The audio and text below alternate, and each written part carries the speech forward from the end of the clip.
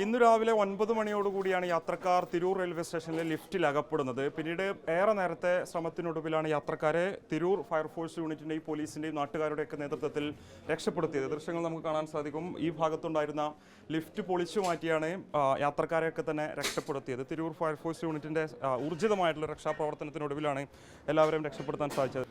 അതെ, ലിഫ്റ്റിനെ നമ്മൾ lift cut ചെയ്തിട്ട് തന്നെയാണ് ആളുകളെ മുഴുവൻ രക്ഷപ്പെടുത്തിയത്. 7 പേരെ രക്ഷപ്പെടുത്തി. മാർഗം ലിഫ്റ്റ് അത് നമുക്ക് ലിഫ്റ്റിനെ പൊസിഷനിലേക്ക് കൊണ്ടുവരാൻ കഴിയില്ല. ലിഫ്റ്റ് സ്റ്റക്കായി പോയി.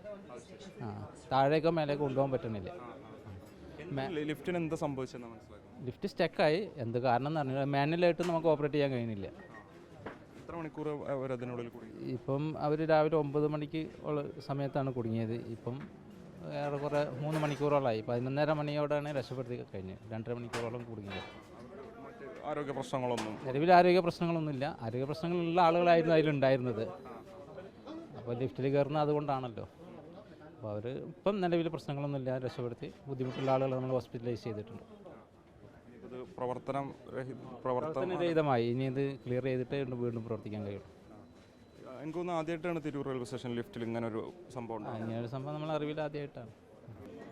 ഞങ്ങൾ 7 ആളുണ്ട്. അത് കുടുങ്ങിയിട്ട് ഞങ്ങൾ ആ 8:30 ട്രെയിനിന് പോകാൻ വേണ്ടിയിട്ട് വന്നതാണ്. അതിൽ ഇവിടെ ലിഫ്റ്റിൽ പോവാന്ന് പറഞ്ഞപ്പോൾ അതിൽ കയറി അങ്ങനെയാണ് വന്നപ്പോൾ ഇത് സ്റ്റോപ്പായി. പിന്നെ ആ 8:30 ട്രെയിന് മിസ്സായില്ലേ, അതിന് കണക്കാക്കിയാണ് വന്നത്.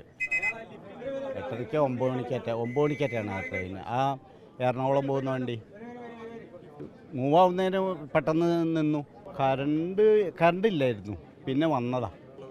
കൂടെ എൻ്റെ വൈഫിനെ എന്തോ ചെക്കപ്പിന് വേണ്ടി കൊണ്ടുപോയി. അല്ല, എവിടേക്കാണ് കൊണ്ടുപോയത് അറിയില്ല.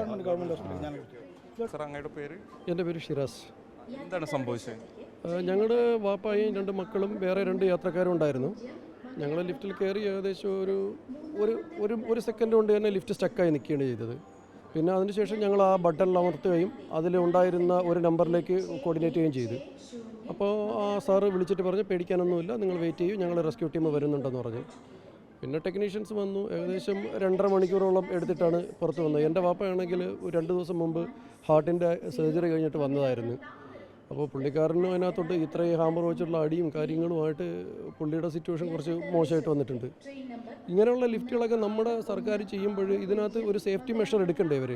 ഈ സേഫ്റ്റി മെഷർ എടുക്കാതെ ഇങ്ങനെ ചെയ്ത് കഴിഞ്ഞാൽ വെട്ടിപ്പൊളിച്ചെടുക്കാനാണെങ്കിൽ നമ്മുടെ യാത്രക്കാർക്ക് മനുഷ്യർക്ക് എന്ത് സേഫ്റ്റിയാണ് ഇവർ തരുന്നത്?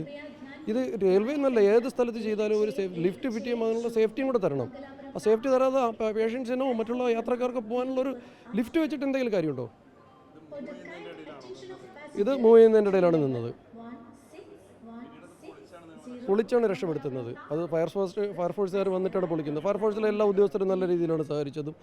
അവർ നമ്മളോട് കോപ്പറേറ്റ് ചെയ്തിട്ടുണ്ട്. അവിടെ ഡ്രില്ല് ചെയ്യുമ്പോഴൊക്കെ നമ്മളെ മാറി നിൽക്കാനും നനഞ്ഞ തുണിയൊക്കെ തന്നിട്ടൊക്കെ ചെയ്തിട്ടുണ്ടായിരുന്നു.